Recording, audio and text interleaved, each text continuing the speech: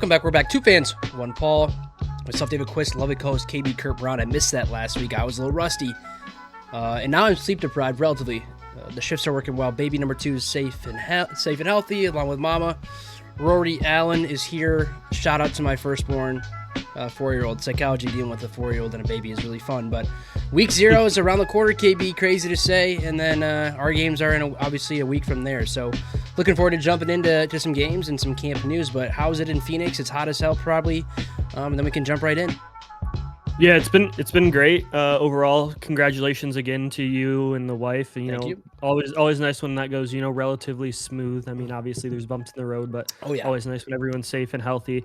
But yeah, I mean, this was the last weekend we're recording this on Sunday that we didn't have college football until, post Thanksgiving. So there's football every single weekend now, week 0. I still wish that they would just make this the official weekend. You already have enough games here. May as well make it a big weekend of football. As we continue to increase schedules, maybe we see another 13-game regular season possibly around the corner. More money.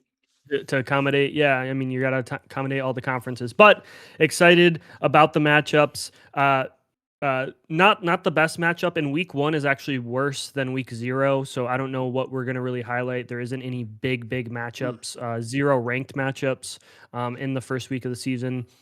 But one of the we did want to highlight some of them. Not everything's about a preseason top 25 ranking. There's always good games on, games that tell a story of the season, games to watch out for. So first game that we're going to be focusing on is TCU versus UNC. This is the Ireland game.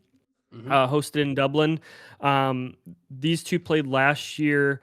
TCU blew UNC out. UNC probably had like the best first drive I've ever seen. I remember that. Like big play, looked easy. TCU comes down and scores like, all right, we're gonna get a barn burner, and then UNC just could not do anything football wise. They lost, I believe it was like 43-16 or 17 or something like that.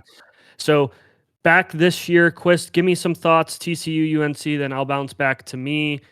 Obviously, game in Dublin, pretty iconic. Weather's usually, a little rainy. The field last year, it was Iowa State, Kansas State, I believe, was this game. Farmageddon was there. But give me your thoughts, Quist. Yeah, I mean, it's Belichick's second year. He's got Petrino, I think, is his coordinator, too, which is very interesting. I do think after watching last year, I think North Carolina is kind of a dumpster fire. But we'll see how this season goes. And obviously, I believe it's Sonny Dykes at TCU.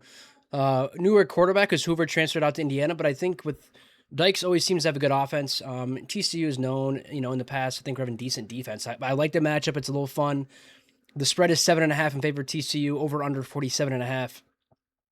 Not sure what time the kickoff is, but it's obviously in Dublin, so it might be in the afternoon. But I'm going to lean towards TCU here. I just think this Belichick team, maybe he's going to find his mojo in college, but I do think Brady helped him a lot in the NFL. I mean, let's be honest, obviously, but Belichick was also the GM, so he knows what he's doing when he runs a team. But with NAL and everything, what's up, buddy? I'm talking to KB. It's a brief pause in the podcast. We got little Mac interrupting. Okay. Thank you, buddy. See my bit, Dad? Yeah, I see it, buddy. It looks good. Okay, do you see the figure it was on too? Yeah. Oh, yeah. Sorry, guys. Life with a family of 4 now.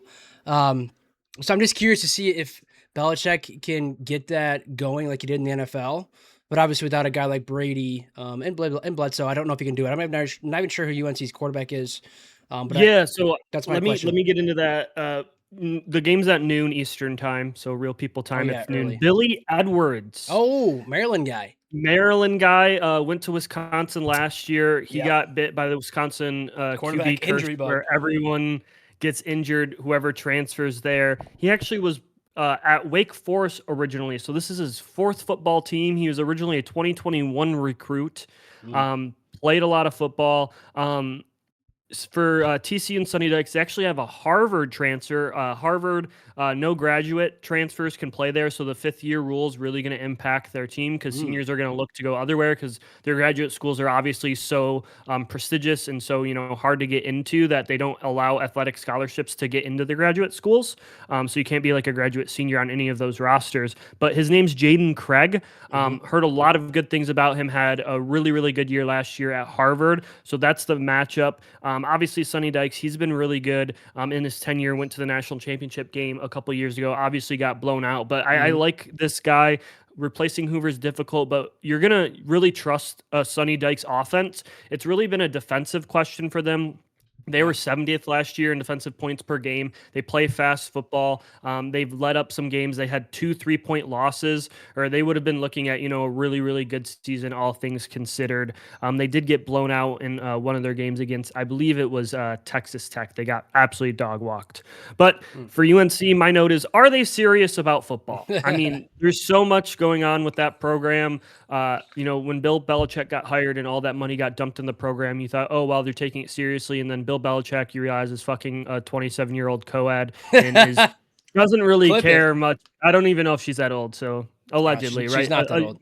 Cheer coach, or she's a cheerleader still. He was at a competition, so he's supporting his girl.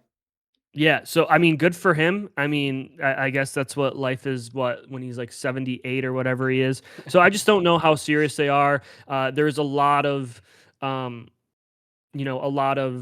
favors being done. A lot of friends of coaches, of family members that were on that staff last year. I just don't know how locked into football they're going to be. Obviously, they didn't have QB play, and I think Billy Edwards, if he remains healthy, can give them a standard level of play. Not anything great, but you're going to get better than what you had last year. I take TCU in this game. I have to favor Sonny Dykes here. Much more established program, much more focused on football, and you just know what you're going to get. I just don't think this UNC football team is serious. I don't think anything about that school in football is serious right now, and I think this is one of those things that harms your legacy. Belichick doing this, not being locked in, not really focusing in, because we've seen really good football coaches take teams that don't have talent and they look competent. Not at 0 point last year outside of the first drive. That UNC football team look competent, look well put together, look well prepped. So I'm excited to see TCU. Hopefully another blowout. Yeah, I got 2 more thoughts. I think one, I remember watching the UNC throughout the year. I feel like they lacked a lot of discipline. Maybe I'm wrong, but I just feel like coming from the NFL, that's probably something you really want to hit on. And I think Belichick's son also took a leave, maybe had a kid or something. I can't remember. So obviously talking about favors. And then 2, having a 5th-year guy from Harvard, knowing Sonny Dykes and how offense-heavy TCU is. And, I would have a lot of trust in a guy that he's got to be smart, obviously coming from Harvard. And he's got 4 years. I don't know how many years he played at Harvard, but he's got 4 years of experience, probably started the last year or 2 at Harvard. So I would feel pretty confident. If I was TCU, I would say their floor, I don't know how good they are right now, but I say usually they're 7-5, 8-4 team. So losing Hoover's big, but I think getting a guy like Craig is a little bit of a sleeper QB. So I kind of like that. I'll be watching this one. Obviously, KB will be locked in at home as much as I can. I know we're trying to get outside and whatnot, but we're both going to go with the Horned Frogs. I don't even know what they do with their hands, KB. Is it this? Yeah, it's like this or something. Yep. Anything else you want to say about this game before we jump into the next one? Yeah, no, I mean, it is always interesting to see people take that jump, right? Jaden Craig playing at the FCS level, now playing at, Division I with Harvard and everything. So he threw for 2,800 yards, 25 TDs last year. So we'll see what he can do in this offense. Very QB friendly, right? We've seen Max Dugan. We've seen all these guys really ball out there. So all things considered, excited about that game. Next game on the slate for me that I wrote down is NC State versus Virginia. Conference. This is a conference game early. I believe last year this one wasn't a conference game. You're right. Because of the weird out of conference, and that's actually why Virginia was able to play Duke right in the ACC championship game. It was one of those. I don't know if this is a conference game this year. It's always so goofy. I think so.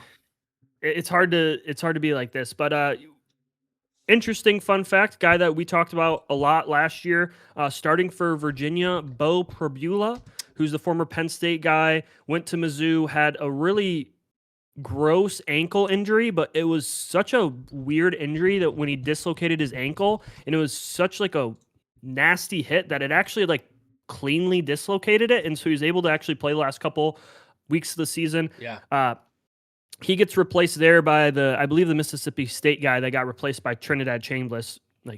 Right, we got the merry-go-round of QBs. They just go one. But he was actually looking at going to Virginia Tech to be under James Franklin, and he was on campus at Virginia Tech during his recruiting visit. He basically only planned on going to Virginia Tech. Obviously, he was at Penn State with Franklin. And Ethan Grunkemeyer who was his backup He at Penn State played and played a against little State. bit last year Yep. when Drew Aller was out, actually committed on the spot. So James Franklin doing his thing, right? Being a little sleazeball. We not big James Franklin people here, but so he has a chip on his shoulder. Goes to the rival in Virginia. Virginia had a really good season last year, 11-3. Chandler Morris or Chad Moore.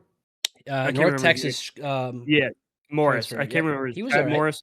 Yeah, he threw for 3,000 yards last year for this team. So a lot rolling for them. They do have to replace a lot of their offensive side of the ball. All three receivers left. So that's my thoughts on Virginia. Pretty disciplined team. Excited to watch that game. NC State. They have their quarterback returning, C.J. Bailey, 68% Athlete. last year, 3,100 yards, 25-9 TD to interception ratio. I think this is so he's a true sophomore last year. He played as a true freshman a couple years ago. I think this is possibly a recession year for him. All three of his pass catchers left. Yes. A lot of his line left. So I think there's opportunity. We'll see what he's made of. He had really good offseason. Sounds like he went out to a bunch of the camps, has really been impressing. I think he was at like Manning Passing Academy too. Got a lot of hype there. So CJ Bailey is just one of those guys, big, strong, tall athlete that can really sling the ball too. Really accurate, like I said, 68%. But we'll see what his receivers can do and what his O-line can do. That's maybe the one question mark that I have about this team. Quiz, give me your thoughts on NC State versus Virginia. Last year, I believe NC State won this game. I think you're right. Always weird having a conference game week 0 or even like week 1 or 2. It doesn't happen a lot in the Big Ten, but it has happened. Virginia's favored -5.5. Over under is 52.5. Obviously, Virginia had a good year, Keith. I think one thing to talk about with Virginia, it's always one of those weird programs that should be able, like their basketball team is pretty solid, kind of like North Carolina. But I feel like Virginia has always been a team where you're like, can they get over this hump? I think the facilities are decent. They have some money, and they never do. And then last year, they go 11-1, and now obviously I think Bo Perbula, we talked about him a lot. I think he's Penn State to Mizzou to Virginia. I thought Mizzou was a good fit. I'm not sure why he transferred out, but he did. Pretty athletic and can kind of throw it around. So I'm curious how he fits in that offense. I have to look at their roster. I have NC State's up. But yeah, NC State, like you're talking about, KB, all the receivers besides one are transfers. Shout out a name here, JoJo Trader. He's a junior for them with some other guys. 2 guys on the line are new as well. So just a lot of moving pieces. And who's going to be the cleaner team? I think that's really, really big in the first game ACC conference opener. And I'm going to go with the team that had a better year last year. I'm going to ride with Virginia and the Hoos. I don't know if I go with the spread exactly, but I would ride with them to win 5.5. So kind of a goofy line.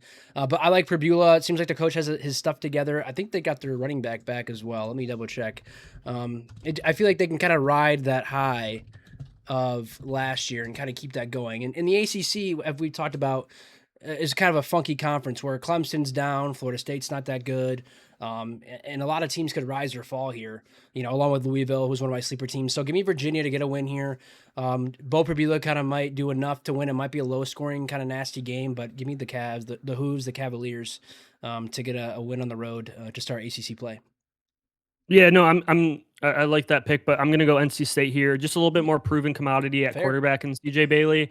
Like I said, I don't know if he's going to have the best year. I'm not saying like if he has a great year, that's 100% because of his offseason work, all this stuff. It's just when you replace that much and you have success young, sometimes you kind of had that backslide. I think specifically of Trevor Lawrence, who had a tremendous sophomore season, who when he was throwing to a bunch of NFL guys, those guys left, and then he was still really good, but it's just when you don't have those elite pass catchers on the outside that can consistently win, you're just in a worse spot.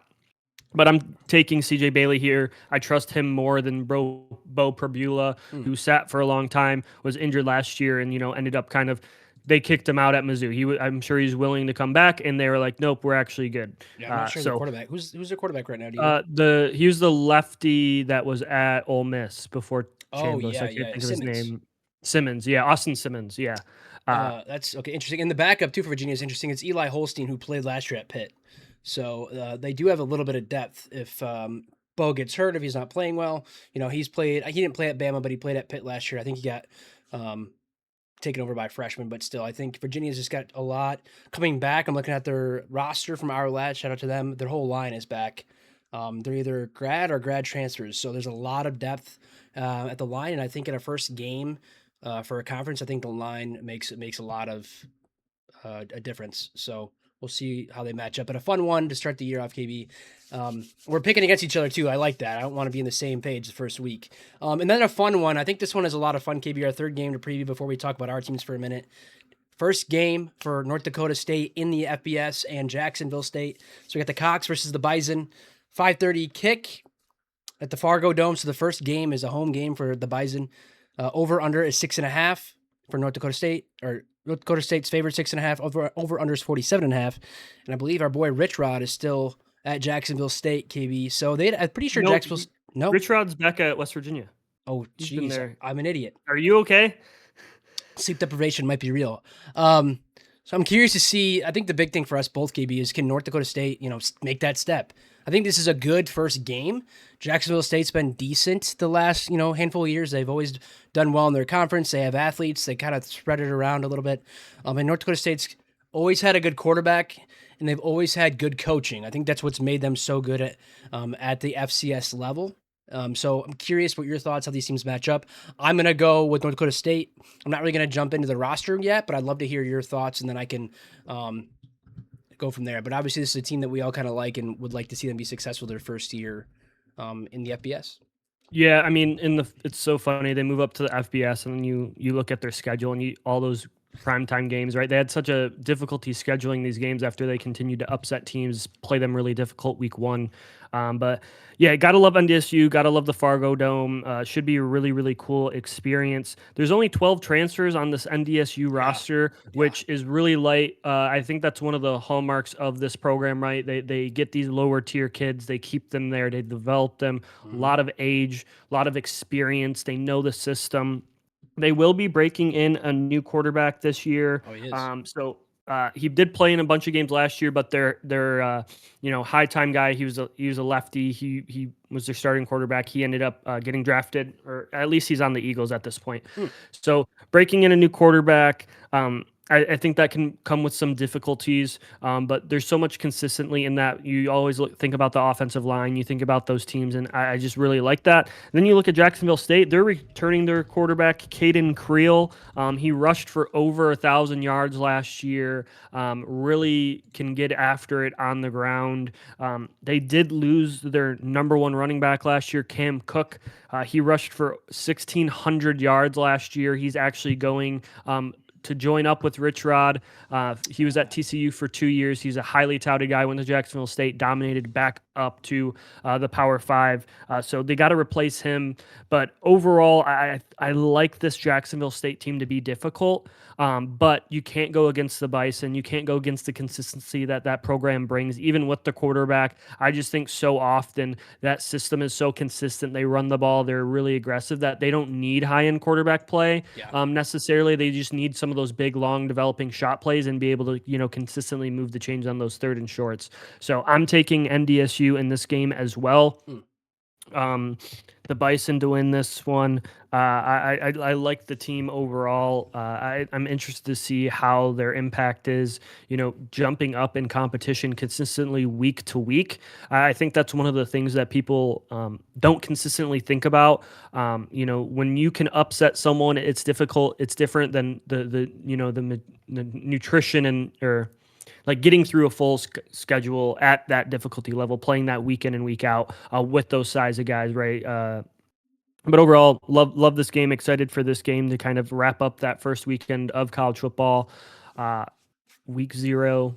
We're back, man. We're back. College football's back. Excited about There's a good game at 10, I think, too. I think it's maybe it's later, but we're not going to cover it. But Stanford, Hawaii plays. Last year I think Hawaii won. Obviously Stanford's been kind of down, and Andrew Luck is their AD. So there's a couple games that aren't the best, but could be fun to watch. Obviously it's week 0. You're itching for it. You just got to get it in your veins. So that's another fun game where, last year Hawaii gets the upset, and, neither team's too good, but it could be a fun, messy game.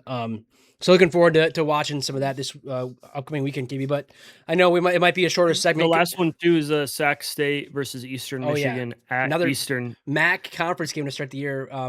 It's the Sac State thing I had to watch, KB, all year, just because they wanted to be up so bad that they just picked, the most geography makes no sense conference.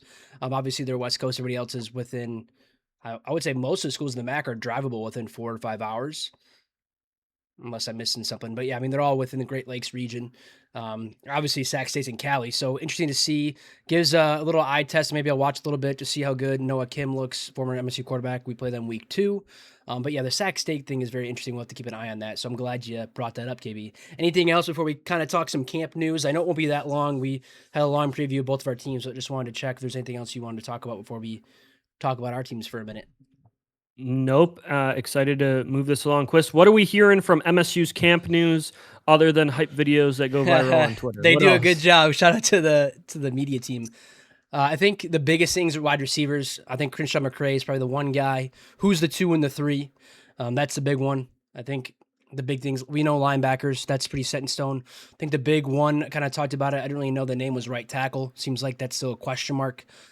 Everybody's been kind of rah-rah. It seems like the guys are gelling. They did the old school thing where they stay in a hall right next to the practice facility. So that's cool. All the guys are gelling. I think that does matter a lot, especially with the new coach. If you can get a coach to kind of get the guys together and gel. They only did it for a week. It sounds like next year they'll do 2 weeks in the dorms next to the facility.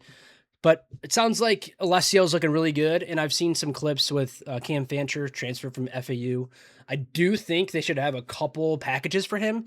He's super athletic, doesn't know when to slide, which we saw that a year or 2 ago.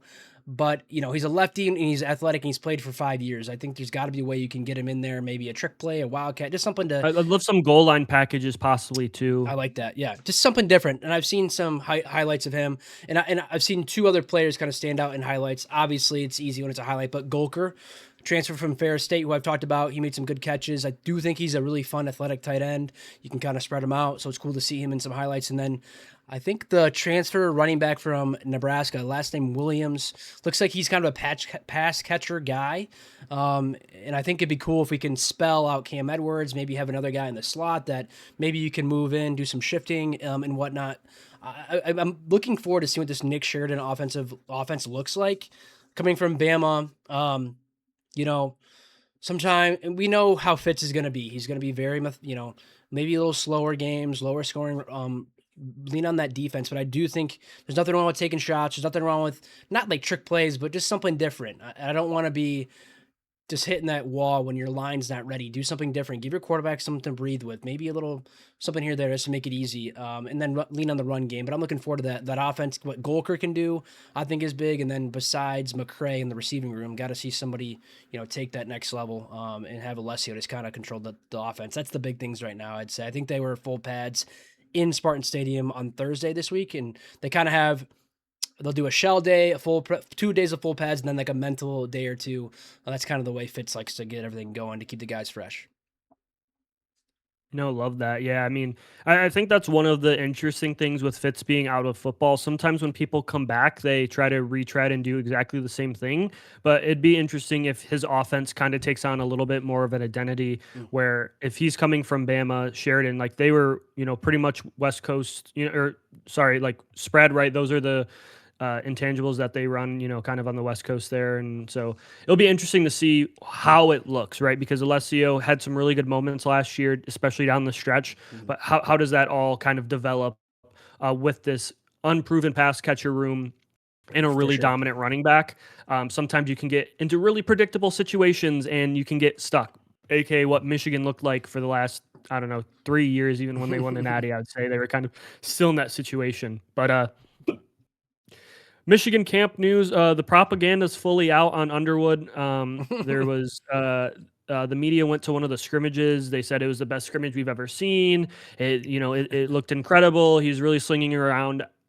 I think when you look at his numbers and actually put them against what most true freshmen did, he was right around the medium. I think what happens is that people watched 3 games, right? They watched the Michigan-Ohio State game, where he was completely overmatched. They watched the Michigan-Oklahoma game where he was completely overmatched. And then they watched the Michigan-Michigan State game. And all 3 of his games, right, he lost 2 of them pretty poorly. The offense looked anemic. And then when you look at the MSU game, he probably should have had a turnover that could have lost that game, right? Thank God the ref was blind and kind of gave one Michigan one. Not going to complain, but like if you've only watched those 3 games and didn't watch his 280-yard passing performance against Washington, or didn't watch the first half against Northwestern. I know he struggled down the stretch in that game. He threw 3 picks in the second half, but he had some incredible throws in the first half. So I think that's more part of it, is that if you only watched 3 games of him and you weren't there everywhere, you're like, oh my God, he can't throw for 100 yards. You can barely complete a pass. And it's like, I think that was much more on the preparation, the game planning. They were completely overwhelmed. They tried to throw with Bryce Underwood in the second half when a snowstorm came in the OSU game, when there was no snow in the first half, and they threw the ball 5 times. That's the level of coaching he was given last year. So I think there's going to be improved play. I'm going to pump the brakes on the propaganda that this is the second coming, that he looks like an NFL QB, that it was in like, let's slow it down. He's got to go to an actual live game where he can be hit, where things get moving fast, right? So, but that's most of the news out of the camp. Sounds like J.J. Buchanan has continued to step up in the wide receiver room. Travis Johnson is a true freshman. I believe he's 6'3". He's been really stepping up. Sounds like Jamar Browder has fallen down the ranks in the wide receiver room.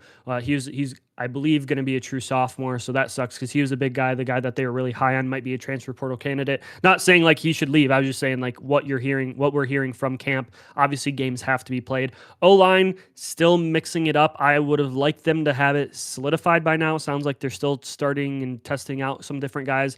That's a red flag for me, mostly because you need time to gel as an offensive line. You need time to get reps to know what the guy next to you is going to do. And I get, maybe taking it slower, maybe feeling it out, but I would like that solidified sometime this week so you get, full week and a half of practice, of preparation. I don't want that going on very much longer. That also means that someone isn't winning it, which is also a concern, because sometimes you have it where 2 guys are battling and the battle is, oh, well, they're just so good. I can choose between either of them. And it feels more like we still don't know on how we're going to protect the blind side consistently, which is kind of one of those red flags when you hear camp-wise.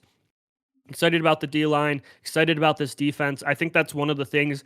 I think Michigan's defense is going to be in a really good spot this year. I thought so consistently the last 2 years under Wink, which he'd have a good game and he'd have really bad games. There's just so many 3rd down and longs that were given up. And I think that this is one of those defenses that is going to take those and force turnovers and actually get off the field. So really excited to see how this defense plays out. Week 1 is against Western. We'll preview that obviously next week when we after we review these games. But excited for college football. It's here. It feels like, with how crazy these off seasons have been getting, so crazy, with all of the drama, with the new coaching staff, with 32 people transferring, with the 5th-year senior rule. Now people are back in the transfer portal. People who got drafted. We need to talk about that. Portal. Yeah, that. I just think that it feels like shorter and shorter every single year, but happy for it to be back. Excited to watch football this upcoming weekend, and excited to watch football going forward this year with some really fun games. And obviously, we never know. I said there's not any great matchups. There's been really big upsets every single week 1. Alabama last year, no one predicted that, and what a game that was. So, any thoughts, Quist? That was it on the camp news. Not a whole lot, kind of the same, except they're really pumping up Underwood. So yeah, one thing to add for State is Rodney Bullard. He was a transfer from Valdosta State. He's trying to get, I think, 1 more year of eligibility. It's in the court system. I think he is practicing with the team, so keep an eye on that. Right now, they have him as a starting receiver. Obviously, that is he's not a big guy, but he's a speedster. He'd be nice to have. You can move him around. If you get him McCray, both in the slot guys, that'd be good to see. So keep an eye on that. That's relatively big news because he's a decent receiver down the stretch for us last year. And I think, quick hitters, KB, and we can talk about the transfer stuff too for a minute at the end, but like, what do you think of the AP poll? I know you don't really care about it. I mean, it's going to be what it is. And I guess who's your 1 or 2 Heisman front runners? Just really quick. No, don't got to go in depth. But the AP poll to me is what it is. Heisman, you could go Dante Moore or Arch. I think that's kind of boring. I'd like to see Trinidad get it, and I'd like to see like a running back. I want to say Ahmed Hardy, but he got shot. He's not going to play until I think SEC play, which sucks. He got shot. But I would like This is so it crazy. sucks because he's like by far the best running does. back in the game. He always goes off college football 26. But yeah, give me Trinidad. Maybe a running back kind of rises up. I would love a running back or receiver to kind of win it again. It's always a quarterback award. Maybe Hoover, just a different guy. But just kind of quick thoughts on the AP poll. I know you don't really like polls, and then quick Heisman take. Yeah. Then we can talk about this transfer shit with the NFL players. It's really weird. Well, so I don't dislike polls. I like polls. It creates drama. It creates interesting. Creates conversations for the offseason. I hate that week 1 polls are awarded wins when we're on week 8 and that team is 2-5. And they're like, well, they have 7 top 25 wins, and then you look at all the teams and they're all fucking overranked teams, right? Like, Yeah, I think you can use the poll correctly, and I also think that there's polling bias. Like, for example, Michigan, after they won the national championship, they had huge turnover, so they felt obligated to rank them. We didn't even know who the starting quarterback was. And then because they're Michigan, after a poor performance against Texas, they get blown out. They beat USC, and so they're like bouncing up in between. So teams were getting rewarded when Michigan wasn't really that great. And I felt that like is a consistent thing where like if you're high in the poll and you start high, it's so hard for you to drop out even after really bad performances, because then they say, oh, well, actually, the team that beat you should now be in the top 5 because you were in the top 5. And I just think that we put too much by week 8 when we're talking about rankings and we're talking about how good people are. We're using those games to justify their ranking. And I think I think there's a better way to do it, right? I just don't think like that stat that says AP top 25 wins, I just don't think should be used. I think there's better metrics to use. I think there's better ways to look at it. Like, hey, we're 3 games in. Like Penn State was a really difficult team for Oregon to play. Then Drew Allar was injured. Like they weren't the same team following that loss, right? Like they aren't the same team when they go and play UCLA or Northwestern or, like that's the problem I have is like, well, like I would say in the moment they probably were a top 25 team. Their starting quarterback goes down. Yeah, I get why that's the way, you know what I'm saying? So Yeah. it's very It's all difficult, relative. and I think all of it needs context, and I think when you just post numbers on a screen, it's useless. Heisman-wise, I think Darian Mensa is obviously a name that has to be talked that. about. Heisman's already, been won there. Or no, sorry. Like Cam Ward put up really, really good numbers his season there. So I think that Carson Beck looked really good. And I just think this is an opportunity with those pass catchers with this team. Good Now, running back, do they too. run it a lot because they have a great running back? Who knows? I think I'd love to see a defensive player maybe make a standout year. I don't know any names off of the top of my head, but there's a lot of talent, especially in the D-line front. I'd love to see like a 15, 17-digit sack guy. But we're having way less plays, right? Way less reps, way less opportunities to get sacks. So one other guy from a running back perspective is Justice Haynes. I mean, I loved him at Michigan, but he's going to be like the player at Georgia Tech. If he can stay healthy, he's really explosive and he can definitely put up some numbers in that really, really fun, aggressive rushing attack system that they got down there. I think he's probably the best player in that system. And I think that he can, they're gonna ride him, right? So he might put up some really goofy stats. And if Georgia Tech's good this year, that's possibly an opportunity for a running back to put up goofy stats while having a solid record. So, so those are my 2 opinions on that. What do you think about this transfer thing, I KB, don't know. with the NFL guys? I mean, it's just wild. I mean, just words don't mean anything anymore. There's no rules. Like, it's just, I hate judges. Like, no offense. Judges, you went to law school. You know how to read a rule book, but like, Jesus fucking Christ. Like, there's no way, like, all of these people, like, should look at themselves and be like, am I being impartial? Like, oh, I'm in the same college city and this, I went to this school, and like, it's such bullshit. Like, it's just, I'm not saying if it's right or wrong that 5th-year players should have gotten this option. But why are you doing it? Like again, also NCAA, like, hey, if you would have done this right after the season and been like prompt with it so that teams could have like joined the transfer portal, like right at the end of the season, hey, we need to like know this or all these people are going to fucking sue. But again, they have the hindsight of fucking monkeys. They can't, or not foresight, sorry, of fucking monkeys. They can't see forward at all. They're fucking so stupid. When you have like, 3 hey, guys in this the should have been a NFL. decision that Yeah, when this decision should have came down at the end of the season, so that way when the transfer portal opened, these fifth-year seniors would have had this opportunity. Because like, is the extra 6 months later? Is that really what decided it? Is that what swayed you, or could you have been prompt and said, "Hey, we're going to put this temporary decision. If we go against it, we can do that, right?" But for the now, we want to make this decision. I just think it's dumb. I also think football players, like, there's just no respect for anything. There's no legacy. There's not like, hey, maybe because I got drafted and playing on NFL, maybe I Preseason should look at game. myself and be like, hey, it's not my time anymore. Hey, it's passed me by. Because, like, what are the rules? The NCAA can't enforce anything. If anyone brings it to a judge, the judge just says, yeah, the NCAA basically is powerless in all of this shit. Yeah. There's no rules. And I think this is continuing to push the It's game happening in away. basketball Eventually, too. So I mean, yeah. I mean, it's happening in every sport. And I just think it's further pushing the game to semi-professionalism, where they're going to be softly affiliated with the school, where there's not going to be an NCAA, where all of these sports that, you know, support our Olympics, they're going to go under because none of them make money. Like, there's conversation. This is all on the same topic, right? There's conversation because OSU has signed a deal, I believe, with Chase. MSU has their financial institution on their logo. Notre Dame has a big Michigan's one. talking. Yeah, Notre Dame has a big one. Michigan's talking about it, and they were like, no, we can't have a jersey patch.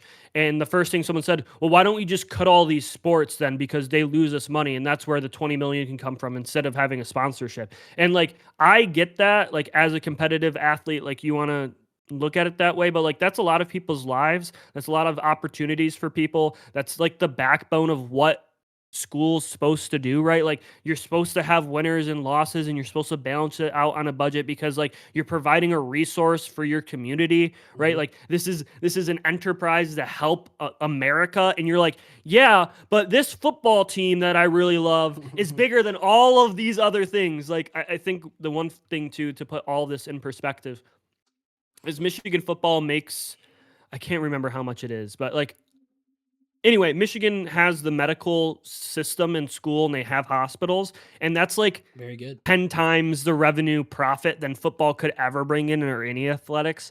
So I also think that that's really funny too, on how all of this gets framed and how all this gets looked at. I just think that football fans have an over inflated sense of egos, right? Like, for example, us, like, we're just random fans talking, and we're like, please listen, like, a little bit over incensed. Like, do we have anything important or good to say? Probably not. But I just think that that's one of the points, is like, I think that when this boils down to it, that, and it starts being looked at instead of, hey, this is a system, this is like how schools work, it's going to be looked at from, hey, this is a business, and all of these programs lose us a fuck ton of money, and that's going to impact a lot of people. And I just don't like that. I understand it. It makes sense. I know the business. I went to business school. Like, I don't like it. Like, that's not the point of what we're supposed to do. That's not the point of college athletics. That's not the point of any of this stuff.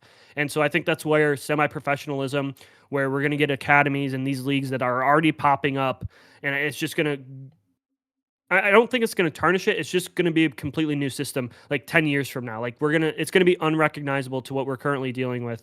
I think there's going to be good and negative. Mhm. It's going to be interesting to see how all that goes out. But Yeah, just Quest, go. sorry, Yeah, I took a lot there no, it's rambling. fine. I So think great points. I think the biggest thing for me is like, we've always known it takes for the NCAA to take forever to make a decision, and that is part of this as well. And then obviously they were so strict forever, but people were still getting paid. And now we just kind of switch that around. It's been chaos the last few years, the wild, wild west, as we call it here. And then the craziest thing for me is seeing 2 or 3 guys playing a preseason football game, and then on Twitter they have that, and then below it says they're in the portal. It's just the craziest thing. and wasn't the portal supposed to be closed outside of the window? It might be a different thing thought because they're a grad transfer. I don't know. Yeah. Oh, yeah, because they're a grad transfer. There's Okay. also some dude joined his cross country team or track team so that he could get into the spring portal by saying he was a spring athlete, because he was going to be joining So much. the You see track and field team. Lenore Sellers, one thing he's doing this year. I mean, there's all these crazy things. He's working at a golf course. He's not taking any classes. So like, I thought you had to I thought you had to at least be like a part-time student, but you can do whatever the hell you want now. It's just crazy. It just shows that the NCAA has been either too strict or they just don't care. They don't know how to find a happy medium. They They've don't know been how to make- ineffective regardless. Oh, regardless. Ineffective would be like the purpose. It's like perfect word. Iowa, They've been Michigan ineffective. State getting the hammer and Michigan getting nothing. That's just relevant to the Big Ten. You didn't cheat at all. I mean, Michigan State got vacated games. I know it's crazy, but ineligible players. it's just Shout out ineligible players. Shout out Mel Tucker. It's just very interesting. It's just showing us the incompetence of the NCAA. Like you said, the next 10 years, do the conferences branch off. My biggest point, I think, is I'm really sick and tired of the SEC and the Big Ten talking like they should just do their own thing. I get it, but you got to involve the ACC and the Big 12 and talk to the other conferences. Like the MAC depends on the Big 10. And, if we don't play Western and Eastern, those programs and Central, fuck Central, we're not going to play them for a while. They don't get the money that they need to, keep their programs going. Yeah, they might get some money and whatnot, but, that is huge in college football. When the big boys play the little boys, everybody gets paid. There's some upsets and fun, but really that comes down to money and deals made. So if you're going to branch off and think you're the best of the best, I think you're going to burn a lot of bridges, and I don't want that to happen. I think maybe all the conferences come together and do something, and maybe there's some kind of tiered system with the lower divisions, but yeah, it's just really messy right now, and the NCAA sucked for a long time, and this is just a slippery slope. That's all I got. My last thing before we wrap it up, KB, I'll throw it to you in a second, is obviously MSU hired a new AD, Dan Bartholomew from Western. I think a good fit. He did a lot of good at Western, won a national championship at hockey, a lot of MAC championships, and I know their women's soccer team's solid. I know that their coach there. So I think it's a good hire. Sounds like he was the second guy behind Bat when they hired Bat. Obviously, he's gone to Kentucky. We're going to get some money back. So it kind of all works out. He's got way more on his plate, obviously more money. I think it's a good fit, and we'll see what happens going forward. I think it's a good hire, and hopefully he stays for a while. He's at 15 years at Pitt. He's from there, so I think if he can have some longevity, we haven't had a lot of longevity in our AD in a handful of years. So a good hire, and looking forward to seeing what he can do. With obviously Bat put this big thing in place with Spartan Ventures and getting stuff set up with Greg Williams from Acrisure. Now we got to get that shit going, actually put it into fruition and see it in real life now that he's got the job. Yeah, no, Michigan also got a new president, I believe, from Vanderbilt. Yes. So it'll be interesting to see. One of the things I saw is that she really cracked down on protests for like the anti or like pro-Palestine thing, and she like arrested students, and that obviously didn't go over well. Probably plays well in Nashville. Probably doesn't play very well in Ann Arbor. Yeah, but I don't want to like. I have no statement on that. I was just saying like it'll be interesting to see how that fit works out. Obviously, president does a lot of important things for the university, and there hasn't been consistency there for a while. The one thing I was going to say too, just with the NCAA is that it's just. Quist, like you were saying, like the Big Ten and the SEC, but there's even arguments like within the conferences. Like Ohio State has to split money with Rutgers, with Maryland. Like they say, like I'm playing you, I'm drawing all of the eyeballs in our conference. I'm in the top. All of my games are on Fox. Your games are on the Fox or FS2. You aren't the premier draw, and I have to split an even amount of money with you. And like you don't spend how much I spend, so I have to spend more money because I want to be competitive because I care. But we get paid the same. I get success for my conference. I go to the championship game. I win the championship game. That money that I won the championship game goes into my conference's coffer and gets split amongst everyone. True. So I get it when you start looking at it from that perspective, right? And you're saying I'm doing all this work. I'm putting in the effort and money. Rutgers, you have $200 million in debt in your athletic department, and you can't fucking fund fuck. Is that like true? You have no money. Yeah, like wow. they're in deep. Yeah, you should read up on some of their financials. It's and I don't know if it's one of those things where the academic side is going to kind of do. I don't know if you remember, Arizona was in a similar situation. Yes. People are talking about possibly why Jed Fish left is because they were saying like, hey, we have a $200 million shortfall. Where is this money going to come from? We're going to have to make cuts to our athletic programs. Football isn't going to be able to get this thing. And then the school was like, you know what? We're just going to take on all that debt as a university, because 200 million isn't that much in the grand scheme of what the university has versus the athletic department by itself. And we're going to kind of roll that up, pay for it, take care of it, manage it, and then have a more hands-on approach to the athletic department instead of it running kind of itself. But as an aside, yeah, you should read up on Rutgers financials. And so my point is like when you look at that and like you say, hey, I'm spending $35 to $40 million on a football roster that is currently coming from my boosters and funding, when in reality, it should be coming from the TV packages that I should be getting more of, and because I am earning all of the money here, right? So that's the two competing things. It's like, should we all play nice because we're all universities and we want college athletics to prosper, or am I a greedy douchebag who looks at TV contracts as the only way to make money? And the greedy TV contracts guy has went out over the last 20 years, man. He's been killing it. So I just don't see that the trend's going to go the other way, right? That's the reality of the situation. Yeah, it's fair. I'm kind of curious. It's that weird time of the year where soccer's on a lot before college football starts, the Premier League, and I'm curious if the Premier League might do with their TV contract, because obviously there's like 20 teams in the league, and obviously you have like the old school 6 big teams, big names. I'm curious if they spread that even. If my wife's family's from Burnley, if Burnley moves up from the Championship to the Premier League, do they get equal amount of money compared to a Liverpool or a Man City? I might have to do a little bit of digging on that, because there's like a tiered system. I think that if we all can agree, that could make sense, but maybe another conversation to talk about later when it comes to greedy people. But I got nothing else to talk about, KB. I think it's been a solid conversation. We're going into week 0. Lots of things are happening. New ADs, new presidents. Obviously, Ward Manuel is retiring at the end of the year because, the team that Michigan knows how to cover up everything. Shout out to them for doing a really good job. Their PR team is really good. Let's just do my last thing is let's just do this whole investigation and have nothing written down. Just me just telling you in person. Hey, the vibes were off, guys. Trust me. That's what they said in the meeting. Insane. Well, can you show us the documents? No. What documents? There aren't no. Shout out to your PR team. They're really fucking good. But looking forward to having football back. I'm at home for a few weeks, enjoying time with the family and the baby. So I'm looking forward to digging in, and I'm going to do a little research on this Premier League thing. I think it's a fun conversation, KB, but looking forward to the end of fall camp. Watching, State from home, which would be kind of weird for the first week, but looking forward to getting football back on. And as always, guys, thanks for listening. Tell your friends. We're on TikTok. I think that's where I like to have fun the most with people is engaged on TikTok. But thanks again, and from me, it's always a big go green. Yeah, excited for football. I mean, best time of the year. Excited for it to cool down personally as well. But overall, just so excited for this football season. So excited to see kind of the change. And shout out Rory Allen, great name again. Got to bring that up. Shout out Jenna. What a absolute baller. But really appreciate it for everyone to continue listen. Again, we're all in on ideas. Obviously, we'll have bye weeks in the season. Feel free to send us ideas what you want us to talk about. And excited. Just excited, man. It's a good time of year. Everyone to enjoy yourselves. Everyone stay safe out there. Make good decisions getting to and from games as you attend, and make good decisions getting to and from the bar as well, right? We want everyone to be safe. But with all that being said, go blue.